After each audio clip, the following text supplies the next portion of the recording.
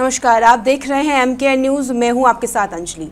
आज हम एक बेहद महत्वपूर्ण और गंभीर साथ ही वैश्विक महत्व के मुद्दे पर चर्चा करने जा रहे हैं। ईरान और इजराइल के बीच जो आज स्थिति बनी हुई है किसी से छुपी नहीं है, लेकिन आज बड़ी खबर ये आई है कि ईरान और इजराइल के बीच जो युद्ध चल रहा है उसमें अब ऑफिशियली अमेरिका की एंट्री हो चुकी है। ये संघर्ष न केवल मध्य पूर्व की स्थिरता को प्रभावित कर रहा है बल्कि वैश्विक अर्थव्यवस्था हो, भारत जैसे तमाम देशों पर गहरा असर डाल रहा है। बीती रात अमेरिका ने ईरान के 3 न्यूक्लियर साइट्स पर हमला किया है और ऑफिशियली इसकी जानकारी भी डोनाल्ड ट्रंप ने ट्वीट कर दी है। इसी मुद्दे पर चर्चा करने वाले हैं आज हम, इस जटिल मुद्दे पर चर्चा करने वाले हैं आज हम। और इसी मुद्दे पर चर्चा करने के लिए हमारे साथ रक्षा विशेषज्ञ अमित बंसल और संपादक इरफान शेख जुड़ गए हैं। सर बहुत बहुत धन्यवाद हमारे साथ जुड़ने के लिए, अपना समय, कीमती समय देने के लिए। सर देखिए, इजराइल और ईरान के बीच जो आज स्थिति बनी हुई है और अमेरिका की उसमें आज एंट्री हो गई है। अमेरिका ने ईरान की 3 न्यूक्लियर साइट पर हमला किया है और अमेरिका ने यह भी दावा किया है कि तीनों परमाणु ठिकानों को ध्वस्त कर दिया है। क्या अभी हमले के बाद हम कह सकते हैं कि वर्ल्ड वॉर 3 की संभावना ज्यादा बढ़ गई है? क्या कुछ स्थिति आपको लग रही है? इरफान जी, आपसे जानना चाहेंगे। देखिए, सवाल वर्ल्ड वॉर 3 का, ये सारे ट्रिगर पॉइंट्स होते हैं। जितने भी मुल्क हैं, खास तौर पे अमेरिका या रशिया या चाइना, इनके पास जो न्यूक्लियर पावर है ये किसी से छुपी नहीं है और एक साथ सब कुछ ट्रिगर ऑफ होता है अगर, तो आपको लगता है ये दुनिया बच पाएगा? तो कोई भी ऐसा मुल्क जो लोग जिंदगी को बहुत अच्छे से जी रहे हैं और सारी लुत्फ ले रहे हैं, वो कभी नहीं चाहेंगे कि ये दुनिया खत्म हो। तो इसलिए जो पावरफुल लीडर्स हैं पूरे दुनिया में, वो लोग इस वॉर को रेजिस्ट करेंगे। वो कभी नहीं चाहेंगे कि वर्ल्ड वॉर 3 जैसा सिचुएशन हो। तो मेरा ये मानना है कि वर्ल्ड वॉर 3 तो सिर्फ एक हाइप क्रिएट करने के लिए, मीडिया में TRP बटोरने के लिए लोग कहते हैं कि वर्ल्ड वॉर 3 जैसा सिचुएशन हो गया। अब मुझे ऐसा नहीं लगता है कि वर्ल्ड वॉर 3 जैसा ऐसा कोई सिचुएशन है। जाहिर सी बात है कि एक ट्रिगर पॉइंट है, स्ट्रेस वाली बात है, लेकिन एक्चुअल में ये क्या होगा कि डिप्लोमेसी। अमित बंसल जी, आपसे जानना चाहेंगे, आपको क्या लगता है इस पूरे माहौल को लेकर जो अभी स्थिति बनी हुई है और अमेरिका भी जो है अब इसमें हस्तक्षेप कर दिया है, 3 न्यूक्लियर साइट पर हमला किया है, क्या लगता है आपको? देखिए, जहां तक वर्ल्ड वॉर 3 की बात है तो पिछले वर्ल्ड वॉर को 80 साल बीत चुके हैं और वर्ल्ड वॉर में एक बहुत बड़ी एक फैक्टर होता है कि कहीं ना कहीं दुनिया के बड़े मुल्कों के बीच में मिलिट्री ग्रुपिंग होनी शुरू हो जाती है। अब वो मिलिट्री ग्रुपिंग नहीं है। नाटो है अपनी जगह एक, लेकिन नाटो के अपोजिट में कोई नहीं। तो जितनी भी लड़ाइयाँ पिछले आप 30-35 सालों में देखते आ रहे, उसमें कहीं भी वर्ल्ड वॉर होने का कोई चांस नहीं है। हालांकि मीडिया अपने लेवल पर कहता रहता है, लोग अपने लेवल पर क्लेम करते रहते हैं, बट मुझे नहीं लगता कि 3rd वर्ल्ड वॉर का कोई भी चांस है, पहली बात। दूसरी बात, ये जो ईरान का जो कॉन्फ्लिक्ट है ये बहुत कॉम्प्लिकेटेड है और उसके ऊपर डिस्कस करेंगे पॉइंट टू पॉइंट हम लोग आगे। जी सर, देखिए, अमेरिका का जो हमला हुआ है इसके बाद ईरान की भी प्रतिक्रिया आई है और उसने ऐसा कहा है कि 3 परमाणु ठिकानों पर अमेरिका ने जो हमला किया है उससे कोई बहुत ज्यादा नुकसान नहीं हुआ है। हमले से पहले ही उन्होंने जो है तीनों ठिकानों को खाली कर लिया। तो क्या लगता है आपको, कितना इस बात में तथ्य है? देखिए, मुझे अमित बंसल जी, आपसे जानना चाहेंगे। ऐसा कोई बयान मैंने नहीं सुना जिसमें ईरान ने कहा है कि उन्होंने ठिकानों को खाली कर दिया है, बट हाँ, उन्होंने ये जरूर कहा है कि ठिकानों को नुकसान नहीं पहुंचा है। अब मैं इस बात को थोड़ा सा आपको एक्सप्लेन करूंगा केवल 5 पॉइंट्स में, थोड़ा सा आपसे मैं वक्त लूंगा इस मामले में। ईरान पर जो आज हमला हुआ है इसके अंदेशे पिछले 20 सालों से नजर आ रहे थे। 2006 में जब अमेरिका ने पहली बार ईरान के ऊपर सैंक्शंस लगाए और पहली बार उनको धमकाया कि हम आपके ऊपर हमला कर देंगे, पिछले 20 सालों से लगातार शायद ही कोई महीना होगा, शायद साल में 15-20 बार अमेरिका हमेशा धमकाता रहा है ईरान को कि हम आपके ऊपर हमला कर देंगे, हम आपकी न्यूक्लियर उसको तबाह कर देंगे। तो आपको क्या लगता है कि ईरान जैसा मुल्क जिसको पिछले 20 साल से लगातार धमकियां मिल रही हैं, वो अपनी न्यूक्लियर साइट्स को सिक्योर नहीं करेगा? बिल्कुल, पॉइंट नंबर 1। दूसरा, जो जिस बॉम्ब की लोग बात कर रहे हैं, GBU-57 बंकर बस्टिंग बॉम्ब, वो तो अमेरिका के पास 2011 से है और ईरान को भी इस बात का पता है कि अमेरिका के पास 2011 से है और ईरान को 2011 से पता है इस बात का कि हाँ, अगर हमला करेगा अमेरिका तो इन बॉम्ब का इस्तेमाल करेगा। तो आपको क्या लगता है कि ईरान अपने न्यूक्लियर साइट्स को ऐसा रखेगा कि कोई भी बंकर बस्टिंग बम जाके वहां पेनिट्रेट कर जाए? नहीं, वो हमेशा उनको इतना सिक्योर करेगा इन पहाड़ियों के अंदर ताकि वहां पर कोई भी घुस ना पाए। लगातार पिछले अगर 6 या 7 सालों का हम जिक्र देखें तो 6-7 सालों में लगातार अमेरिका ने और इजराइल ने इसराइल के ईरान के कमांडरों को असैसिनेट करना शुरू कर दिया था, कासिम सुलेमानी को मारा, बाकी लोगों को मारा, इनके ऊपर इनाम रखने शुरू कर दिए, तो कहीं ना कहीं से एक अघोषित रूप से जंग की घोषणा तो हो चुकी थी। पिछले 6 सालों से एक अघोषित जंग की घोषणा चल रही थी, जिसमें कभी उनके न्यूक्लियर साइंटिस्ट मारे जा रहे थे, कभी उनके कमांडर्स मारे जा रहे थे, कभी उनके कुड्स फोर्स के जनरल कासिम सुलेमानी को मारा, कई बाकी लोगों को मारा। तो ईरान तो लगातार पिछले 20 सालों से प्रिपरेशन कर ही रहा है अपनी हमलों के लिए। चौथी बात, आपने उनके इसराइल के ऊपर हमले देखे, ईरान का पैटर्न क्या रहा है? ईरान ने इसराइल की सबसे सुरक्षित माने जाने वाली आयरन डोम को भेज दिया। वो क्या करता है, पहले 150-200 नॉर्मल मिसाइलों को मारता है, बैलिस्टिक मिसाइलों को, और जब उसका पूरा नेटवर्क, पूरा जो आयरन डोम नेटवर्क है वो इन मिसाइलों को टैकल करने में लगा रहता है, इस बीच में 15-20 हाइपरसोनिक मिसाइल आकर के तेल अवीव पर गिर जाती है और डैमेज कर देती है।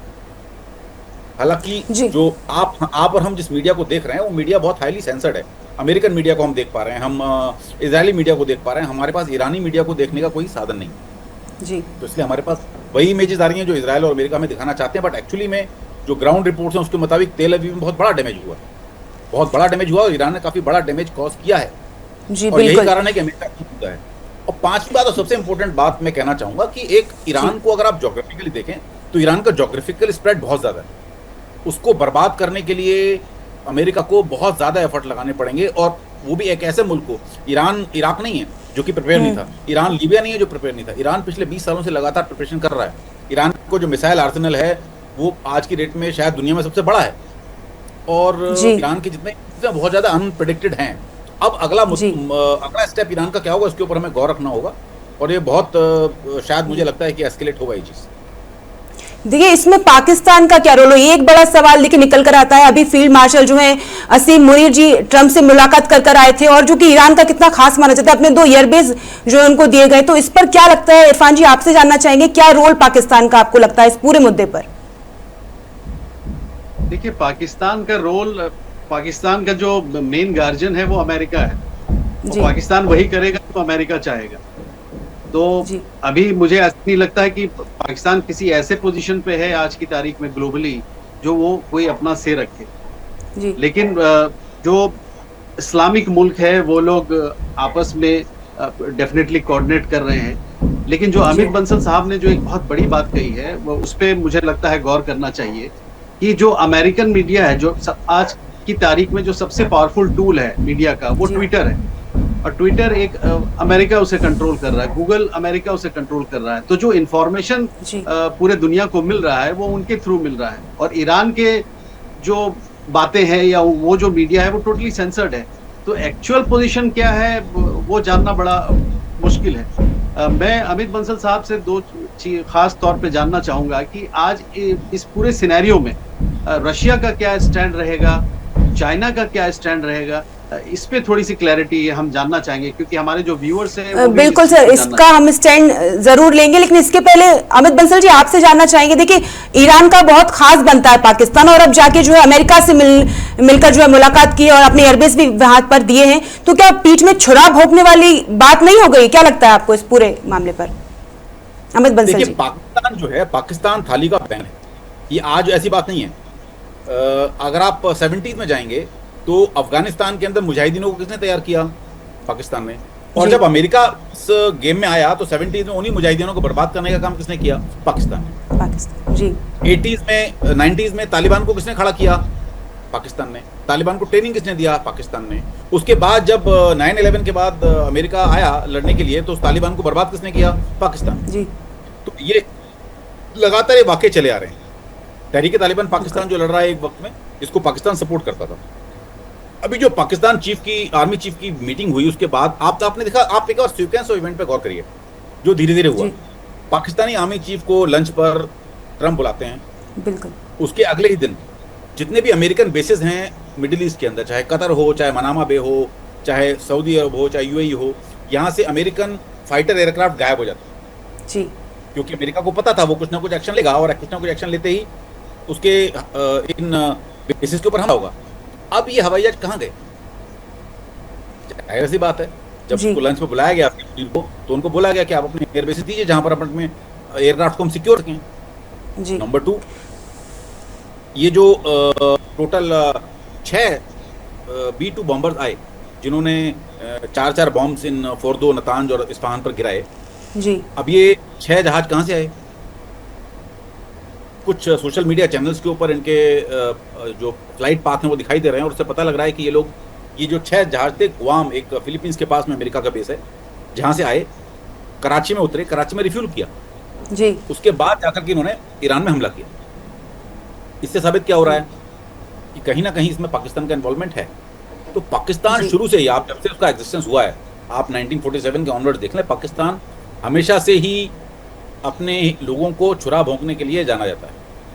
अफगानिस्तान जी। का एग्जाम्पल आपके पास है, हिंदुस्तान का एग्जाम्पल आपके पास है, बिल्कुल और मिडिल ईस्ट का एग्जाम्पल इसके पास है। आज जो पाकिस्तान फिलिस्तीन के साथ खड़ा हुआ है, कहते हैं ना पाकिस्तान में फिलिस्तीन के नाम पर बहुत ज्यादा प्रदर्शन होते हैं, पाकिस्तान में जी। गाजा के नाम पर प्रदर्शन हो रहे हैं।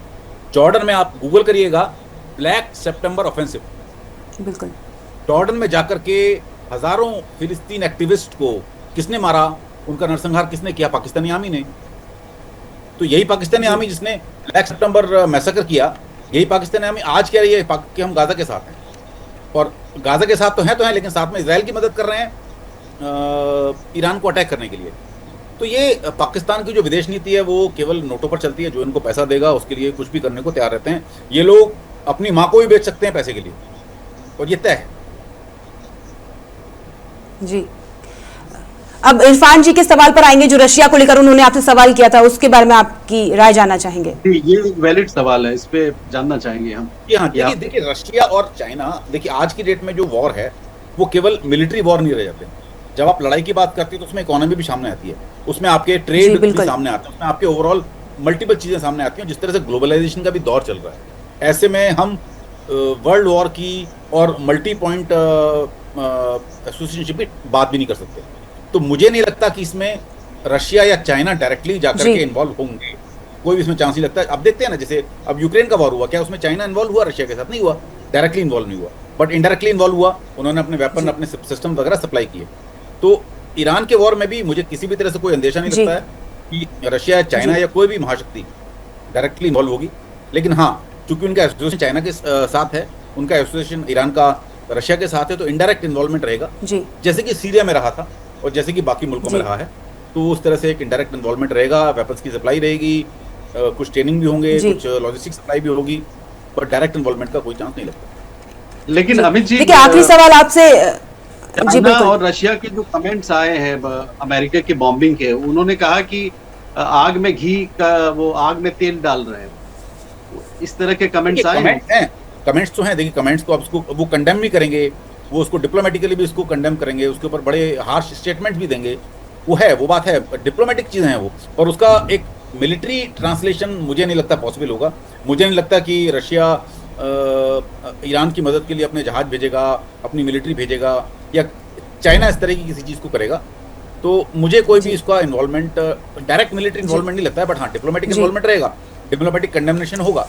और इसके अलावा देखिए सर, आखिरी सवाल इरफान शेख जी आपसे पूछना चाहेंगे। देखिए अमेरिका पूरे विश्व में शांति की बात करता है। अभी भारत में जो स्थिति बनी हुई थी ऑपरेशन सिंदूर को लेकर, भारत पाकिस्तान के बीच सीज फायर का जो है मध्यस्थता उसने की थी, और अब अपनी ही सेना को जो है इस हमले को लेकर बधाई दे रहे हैं। इस डबल राजनीति को, डबल पॉलिटिक्स को कैसे देखते हैं आप, इरफान शेख जी?